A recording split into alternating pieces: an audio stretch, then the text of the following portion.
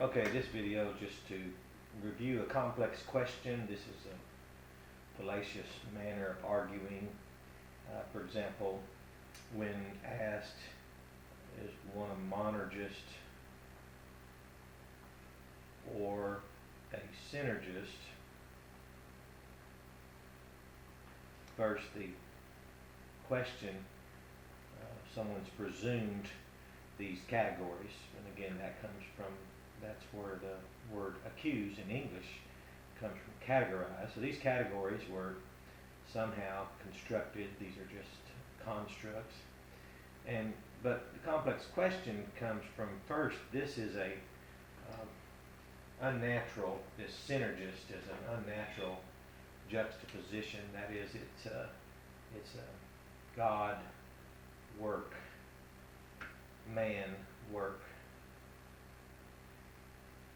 and it's been juxtaposed. This doesn't exist in the Bible. There's no such thing as that. We have another text, another video that covered the fact that the purpose of God's work is in order that man might believe. So we have a work, we have a monergist who is God. He's the monergist, and that's juxtaposed with man, the believer. Well, that's juxtaposed with the believer, and that's man. And of course, Jesus gave that lesson. And what's complex and what's fallacious about it is how someone asked this and why, especially knowing the Spirit of Christ that we're to have towards one another. I don't know what kind of Christian it is. They're on both sides of the constructs. They're in camps or constructs, and the clash seems to be the only energy they have. But setting up complex questions like asking, are you a monergist or a synergist? Why don't people ask this? Do you believe the purpose of God's work is in order that man might believe? Well, there really wouldn't be a lot to talk about. It wouldn't incite dissonance. It would not generate the frictive elements aroused so easily, apparently, in the flesh. And it wouldn't find people, as they like to have these ugly looks toward each other. And I find a lot of this comes from people just not having a high level or quality of thought. I know that, again, I was favored with being around or subject to teachers who demanded critical thinking and higher levels of production from knowledge workers that we were. We labored in the Word, and it really wasn't anything about our studies and searching the Scriptures that were intended to just simply perpetuate these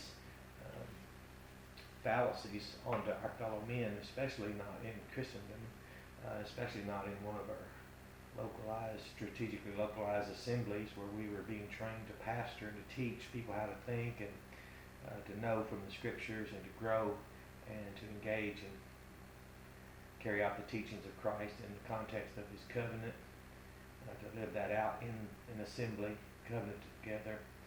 This type of stuff, this is base, and it's really nothing that would be part of holiness or love for brethren. When someone creates a complex question out of fallacious categories, this presumes two workers, and I don't know how to answer it. If I mention agent causality or causal agency, which the Hebrew language and the two stems in both states of the Hebrew language teaches causal agency of man and causal agency of God. But the Bible says it's God's work and its purpose is for us to believe. So there's no such thing as that question. And there's no such thing as just God's work without someone believing. So again, if you're not careful, you'll jump right in and just continue to mimic, which that's where the word meme comes from, shortened years and years ago, about 40 years ago, and it became a topic of discussion in scientific fields neuroscience and things like that. But if you're just going to mimic and take what people say and not critically evaluate it, and then go out and manipulate people, just know there's others out there who study, and by the grace of God now we can publish more broadly in a larger scope the insight that we have from the scriptures to not fall prey to such things. So this is just something about a complex question and a good example of what one looks like.